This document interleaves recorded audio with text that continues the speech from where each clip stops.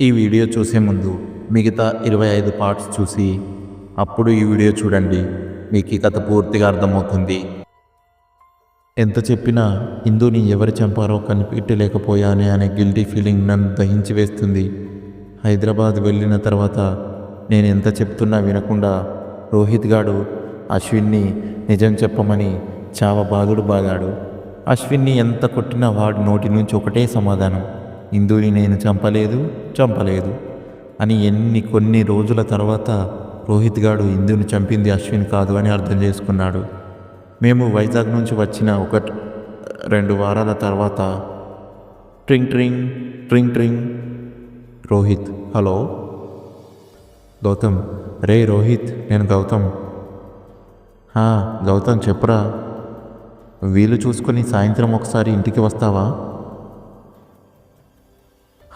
Office అవ్వగానే direct నీ దగ్గరికే వచ్చేస్తాను. సాయంత్రం అవ్వగానే రోహిత్ మా ఇంటికి వచ్చాడు. ఏంట్రా అంత డల్గా ఉన్నావు? నువ్వు ఇంకా అదే ఆలోచిస్తున్నావా నా వైపు చూస్తూ? అదేం లేదురా. ఇంతకీ మేనేజర్ ఏమంటాడు? నిన్ను త్వరగా ఆఫీస్కి వచ్చేలా చూడమని అంటున్నాడు. ఆయన అంటున్నాడని కాదు కానీ నువ్వు కూడా ఆఫీస్కి రావచ్చు కదరా. వర్క్ బిజీలో పడితే అప్పుడైనా కొంచెం ప్రశాంతంగా ఉంటావు. లేదురా, అప్పుడే కాదు, నా మనసు కొంచెం కుదుటపడ్డాక వస్తాను. సరే, నన్ను ఎందుకు రమ్మన్నావు? మాటల్లో పడి చెప్పడం మర్చిపోయాను. ఇందు వాళ్ళ హస్బెండ్ అర్జున్ ఉన్నాడు కదా. పాపం రా, అతను ప్రాణాలన్నీ ఇందు మీదనే పెట్టుకున్నాడు. ఇందుని చాలా ప్రేమించాడు. అందుకే ఇంకా ఇందు ఆలోచనలతోనే ఉన్నాడు. అవును, అందుకే ఇందు మనకు కనిపించిన విషయం అతనికి చెప్దామని. దానికేనా నువ్వు వర్రీ అవ్వకు, రేపే వెళ్ళి చెప్దాం. అర్జున్కి కాదురా, వాళ్ళ ఫ్రెండ్ మాధవ్ ఉన్నాడు కదా. అతను డాక్టర్ కదా. అతనే. మనం మాధవ్ దగ్గరికి వెళ్ళి ఇందుకి మనకు లిఫ్ట్లో కనిపించిన దగ్గర నుండి ఇప్పటి వరకు జరిగింది మొత్తం మాధవ్కి చెప్పి వివరించి చెబుదాం. అర్జున్కి మాత్రం ఎవరున్నారా? అతను మాత్రమే కదా. అందుకే అతనైతే అర్జున్కి కంగారు పడకుండా అర్జున్కి అర్థమయ్యేలా నిదానంగా చెబుతాడు. ఏమంటావు రోహిత్? సరేరా, అయితే రేపే వెళ్ళి అతన్ని కలిసి జరిగింది మొత్తం చెప్పేద్దాం.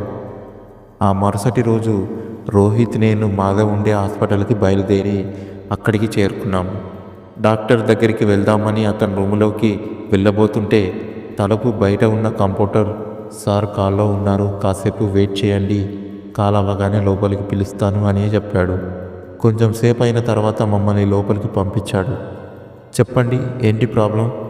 సార్, మేము ట్రీట్మెంట్ కోసం రాలేదు. మరి? నా పేరు గౌతమ్. ఆల్రెడీ ఇంతకుముందే ఒకసారి అర్జున్ని కలిశాను.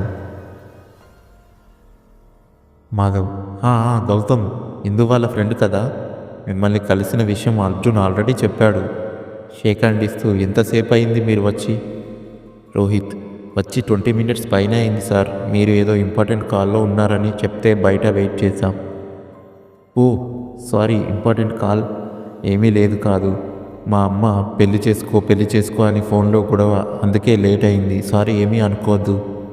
రోహిత్, పర్వాలేదు సార్. సరే చెప్పండి, నాతో ఏమైనా చెప్పాలా?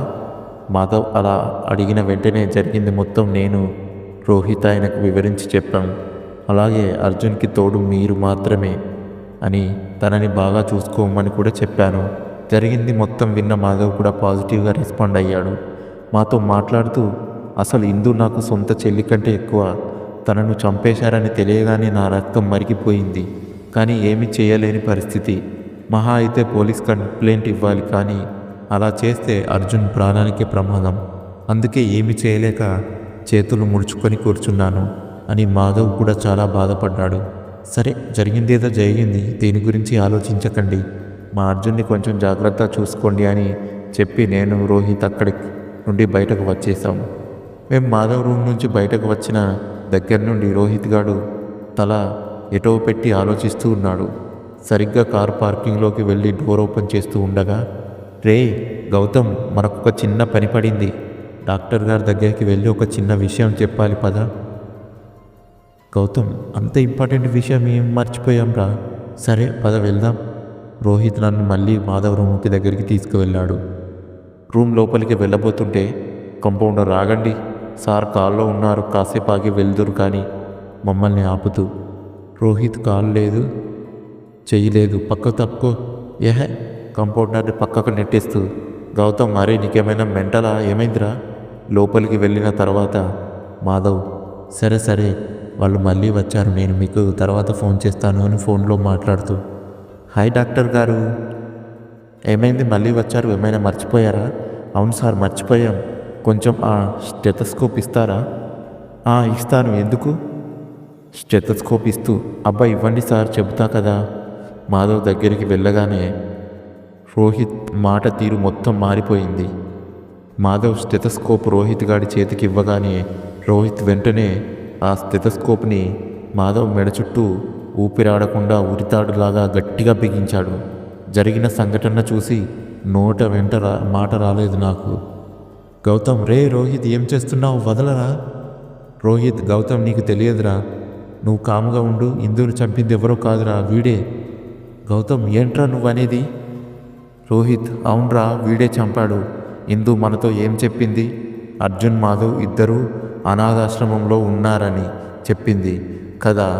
అంటే వీడు అనాథ, మనం లోపలికి వచ్చినప్పుడు వీడు వాళ్ళ అమ్మతో పెళ్లి గురించి మాట్లాడుతున్నా అని చెప్పాడు కదరా. అనాథకి అమ్మ ఎక్కడి నుంచి వచ్చింది?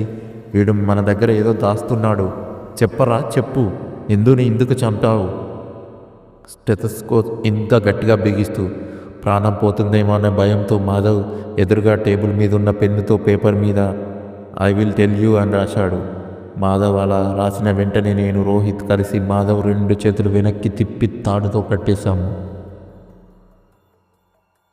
రోహిత్ అబ్బం శుభం తెలియని ఇందుని పొట్టన పెట్టుకున్నావు కదరా, ఎందుకు చంపావురా?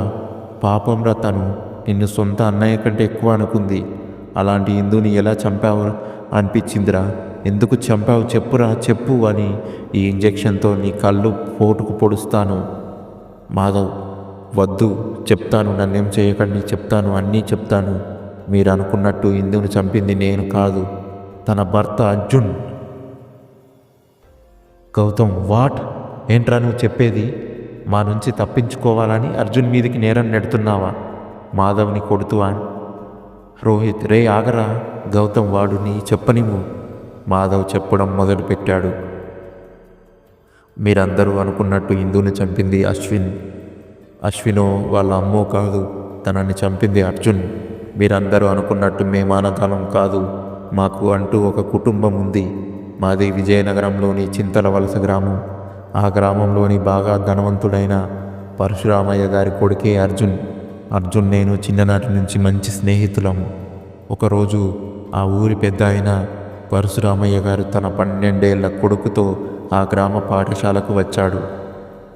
ఏంటి పరశురామయ్య గారు, మీరు మీ గాలి మా స్కూల్ వైపు వీచింది అని టీచరు పాఠం చెప్తూ మధ్యలో ఆపింది. పరశురామయ్య ఏం చెప్తారులే, బడిపంతులు మా బాధలు.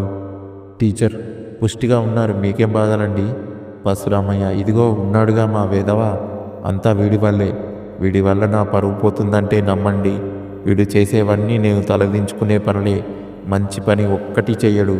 మన గ్రామంలో ఉన్నవి 2 ప్రైవేట్ పాఠశాలలు. వీడి గోల భరించలేక వాళ్ళు కూడా చేతులెత్తేశారండి. మీరే అర్థం చేసుకోండి వీడు ఎలాంటి పనులు చేస్తున్నాడు. ఇక దిక్కు లేక వీడిని ఇక్కడ పడేసి వెళ్ళిపోదామని వచ్చాను. మీరైనా వీడికి కొంచెం చదువు అబ్బేలా చేయండి, చచ్చి మీ కడుపున పుడతాను. అయ్యో భలే వారండి, మీరు మీ కొడుకును చదివించే బాధ్యత నాది. పరశురామయ్య ఇదిగో ఇక్కడైనా బుద్ధిగా చదువుకొని చావు, నేను మళ్ళీ సాయంత్రం బడి అవ్వగానే నిన్ను తీసుకెళ్ళడానికి వస్తాను. వాళ్ళ కొడుకు వైపు చూస్తూ. అర్జున్ సరేలే నువ్వు పో.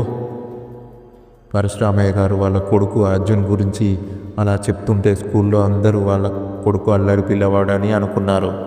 కానీ కొద్ది రోజులు గడిచే కొద్దీ అర్జున్ నిజస్వరూపం కొద్దిగా అందరూ తెలుసుకున్నారు. తోటి పిల్లలు ఎవ్వరూ అర్జున్తో కలిసేవారు కాదు. ఒకరోజు అర్జున్ని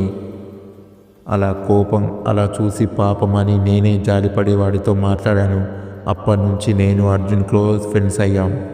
కొన్ని రోజులు గడిచిన తర్వాత హెడ్ మాస్టర్ ఏంటి పరశురామయ్య గారు, ఇది మీ మొహం చూసి కూడా మీ కొడుకును వదిలేస్తున్నాం. మీ కొడుకు వల్ల తోటి పిల్లలకు చెడిపోతున్నారు. ప్రతిరోజు స్కూల్ ఇంటర్వెల్ బెల్ మోగగానే మాయమైపోతాడు.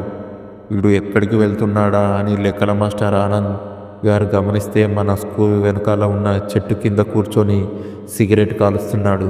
వీడు సిగరెట్ తాగందే కాకుండా మన రామయ్య గారి మనవడు మాధవ్తో కూడా తాగిపిస్తున్నాడు. ఏంట్రా అని ఆనంద్ మాస్టర్ అడగడానికి వెళ్తే ఆయన్ని పోరా నీకెందుకు రా అని రాయి పెట్టి కొట్టాడు. ఇలా అయితే కష్టం పరశురామయ్య గారు. పరశురామయ్య బాబు బాబు అలా అనకండి, ఏదో ఒక చిన్నతనం తెలియక చేశాడు. ఏంటండి చిన్నతనం? సరే ఈ ఒక్కసారికి మీ మొహం చూసి వదిలేస్తున్నాం. ఇకనైనా బుద్ధిగా చదువుకోమని మీ వాడికి చెప్పండి. ఆ రోజు అర్జున్ వాళ్ళ నాన్న వాడికి ఇంటికి తీసుకెళ్ళి కర్రతో చావబాదులు